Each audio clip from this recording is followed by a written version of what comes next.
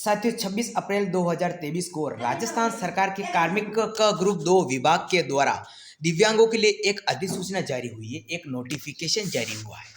इस नोटिफिकेशन में क्या है, इस अधिसूचना में क्या है, किसके लिए है, दिव्यांगों के बारे में इसके लिए क्या कहा गया है, तमाम जानकारी हम इस वीडियो में लेंगे। इस नोटिफिकेशन को समझेंगे, इस अधिसूचना को समझेंगे कि आखिर दिव्यांगों के लिए इसमें ऐसा क्या है जो 26 अप्रैल 2023 को राजस्थान सरकार के कार्मिक विभाग के द्वारा जो है ये जारी हुआ है। हम इसे अच्छी तरह से समझेंगे, अधिसूचना को पढ़ेंगे और साथ ही साथ समझेंगे भी। तो वीडियो के साथ बने रहिए अच्छी तरह से और समझिए कि आखिर दिव्यांगों के लिए ऐसा क्या है। चैनल पर पहली बार है तो सब्सक्राइब कर लीजिए और पास में बने बेल आइकन को प्रेस कर दीजिए। अभी तक चैनल को सब्सक्राइब नहीं किया तो कर लीजिए और शेयर भी जरूर कर दीजिए। लाइक नहीं किया तो कर सकते हैं, वरना कोई बात नहीं। डिसलाइक तो वो उल्टा जो अंगूठे का बटन है उस पर दबा दीजिए, डिसलाइक कर दीजिए, कोई बात नहीं, लेकिन समझने का प्रयास कीजिए। देखिए, भारत के संविधान के अनुच्छेद 309 के परंतु द्वारा प्रदत्त शक्तियों का प्रयोग करते हुए राजस्थान के राज्यपाल है ना, अनुकंपा के आधारों पर स्थायी पूर्ण सरकारी कर्मचारी आश्रय की भर्ती को विनियमित करने के लिए इसके द्वारा निम्नलिखित नियम बनाते हैं। अर्थात जो सरकारी कर्मचारी है, अर्थात ऐसे कर्मचारी जो दिव्यांग है उनके लिए है ना। बात समझ में आ गई ना। राजस्थान स्थायी पूर्ण दिव्यांग सरकारी कर्मचारियों के आश्रितों की अनुकंपात्मक नियुक्ति नियम 2023, इसमें क्या है देखिए, मुझे तो समझ में आ गया है लेकिन फिर भी हम पूरा समझते हैं। संक्षिप्त नाम और प्रारंभ ये हैं। नियुक्ति प्राधिकारी से संबंधित सेवा नियमों तथा परिभाषित नियुक्ति प्रावधान से अपरिचित है। स्थायी पूर्ण दिव्यांग कर्मचारी अखिल भारतीय सेवा के राजस्थान राज्य के संवर्ग किसी सदस्य ऐसा व्यक्ति जिसे भारत के कार्यकलाप के संबंध में नियोजित किया गया था, जो ड्यूटी पर रहते हुए किसी दुर्घटना के कारण स्थायी पूर्ण ग्रस्त हो गया और जो नियमित आधार पर नियुक्ति के पश्चात कोई स्थायी या अस्थायी पद धारित कर रहा था, अभिप्रेरित है। इसमें कोई प्राविधिक सम्मिलित है। आश्रित प्रेरित है। पति या पत्नी, पुत्र जिसमें स्थायी पूर्ण सूर्योदय उसके स्थायी पूर्ण दिव्यांगता से पूर्व वेद के दत्तक कारण पुत्र सम्मिलित है। अच्छा, राज्य से राजस्थान अभिप्रेत ही थे। निर्वाचन, विस्तार, कपति की अधिकृत हो नियुक्ति, मतलब मैं आपको समझाऊंगा बाद में, पहले क्या है पहले इसको हम समझते हैं। थोड़ा डायरेक्ट पढ़ रहा हूँ। आयु आश्रित नियुक्ति के समय संबंधित सेवा नियमों के अधीन पद के लिए विहित आयु सीमा के भीतर होना चाहिए, परंतु स्थायी पूर्ण की पत्नी के लिए ऊपर सीमा, मैं आपको समझाऊंगा इसको, लेकिन शंकाओं को निराकरण नोडल विभाग ये इस तरह। अब साथियों देखिए, ये इस तरह का फॉर्म है। भाग 2 में आश्रितों का विवरण जो सरकारी सेवा में नियुक्ति चाहता है, इसके लिए क्या है, ये फॉर्म किसके लिए है? ये अधिसूचना दिव्यांगों के लिए जारी तो हो गई है, लेकिन इसमें क्या है मैं आपको बताता हूँ। समझ लिए कोई भी बंदा है, ठीक है ना, वो सेवा में रहता है या फिर यूं कहें कि सरकारी सेवा में रहता है, सरकारी नौकरी करता है, गवर्नमेंट जॉब करता है, जो सरकार के अधीन कोई भी नौकरी करता है, किसी दुर्घटनावश बाई चांस वो पूर्ण दिव्यांग हो जाता है। ऐसा दिव्यांग पूर्ण तरह दोनों पे से बाई चांस दिव्यांग हो जाता है सरकारी सेवा के लिए, तो वो नौकरी कर नहीं सकता क्योंकि संकट आ गया। अब उसके आश्रितों के लिए, आश्रित का मतलब उसको मतलब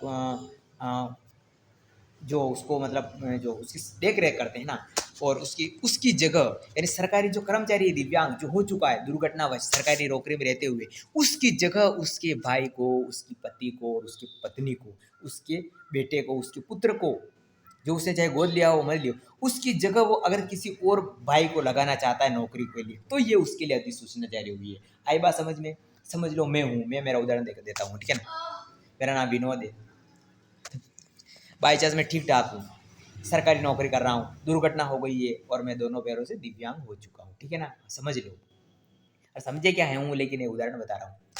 दिव्यांग हो चुका है, अब मेरी जगह जो मैं नौकरी कर रहा हूँ, अब मैं नौकरी करने से थोड़ा मुझे संकट आएगा, मतलब परेशानी तो होगी ना, तो मेरी जगह मैं मेरे जो है पुत्र जो है, मेरे पुत्र को समझ लो, जैसे कोई पुत्र नहीं है, मैं मतलब अनमेरिड हूँ, लेकिन बात बता रहा हूँ, जैसे मेरा कोई पुत्र है तो उस पुत्र को मैं मेरी जगह जो मेरे जो नौकरी है उसकी जगह मैं मेरे पुत्र को लगा सकता हूँ।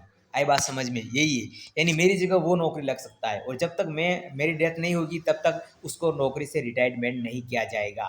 और जब तक, और ये नियम कितने तक है, जब तक मैं नौकरी पर हूँ तभी तक, मेरे जितने साल बाकी है सर्विस में उतना साल मेरा पुत्र मेरी जगह नौकरी करेगा। ये प्रावधान दिव्यांगों के लिए अच्छा खासा दिव्यांग किया है। अब इसके लिए क्या क्या चाहिए, क्या क्या प्रक्रिया होगी, ये देखिए प्रक्रिया इसमें लिख रखा। ग्रस्त होने पर पति या पत्नी स्वयं के लिए यानी किसी अन्य आदमी की नियुक्ति तो आवेदन करेगा। यानी जो अगर बाई चांस मेरे लिए, मैं दिव्यांग हूँ, मेरी जगह मेरा पुत्र आवेदन मतलब यो मतलब नौकरी चाहता है तो वो खुद आवेदन करेगा, ये प्रक्रिया रहेगी। जो तर्कपूर्ण कारणों द्वारा समय रूप में समर्थक होगा और उसे सारे मतलब अ, देखिए सारा लिख रही इस नोटिफिकेशन में जो सारी चीज़ें लिख रही है, मैं आपको पढ़ के बताऊंगा तो कई भाई बोलेंगे "ये पढ़ तो हम भी लेंगे, तू तो समझा दे", इसीलिए मैं पढ़ नहीं रहा हूँ। पढ़ने से तो रट्टा मारने वाला काम हो जाता है ना। तो उसके लिए सबसे पहले देखिए ऐसा फॉर्मेट देना पड़ता है, नीचे नीचे जो है, ठीक है ना, ये वाला फॉर्मेट उनको देना पड़ेगा। ये वाला इतना बड़ा ये वाला फॉर्मेट है जहाँ पर आवेदक का छायाचित्र, हस्ताक्षर, ये सारी आयु, जन्म और उसके लिए जो है ये सारा आवेदक का प्रमाण पत्र मैं वर्णन करता हूँ। प्रारूप है बाबत में मेरे द्वारा उतरे तथ्य मेरे रूल में सही है, यदि भविष्य में कोई भी तथ्य पाया जाता है तो मेरे स्वयं की तो सेवाएं समाप्त की जा सकेगी। आवेदक के हस्ताक्षर, स्थानमय साक्षी यहाँ पे होंगे या राज्यपाल के आदेश से, ठीक है ना।